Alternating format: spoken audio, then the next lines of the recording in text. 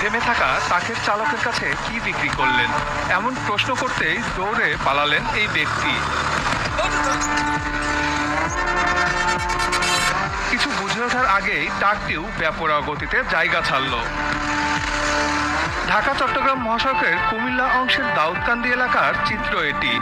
চালকের কাছে কি বিক্রি করা হয়েছে তা জানতে দৌড়ে পালানো লোকটির পিছু নিয়েও তার পাত্তা মিলল না।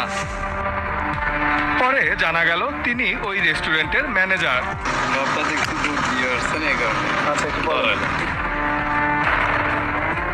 মহাসড়কে যাত্রা বিরতির জন্য কুমিল্লার দাউদকান্দি এলাকায় প্রায় 400-র বেশি রেস্টুরেন্ট আছে,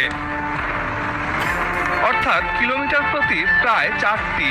71-এর কাছে তথ্য আছে এই রেস্টুরেন্টের একটা বড় অংশে খাবারের আড়ালে মূলত চলে মাদক বাণিজ্য, যাদের মূল টার্গেট চালকরা।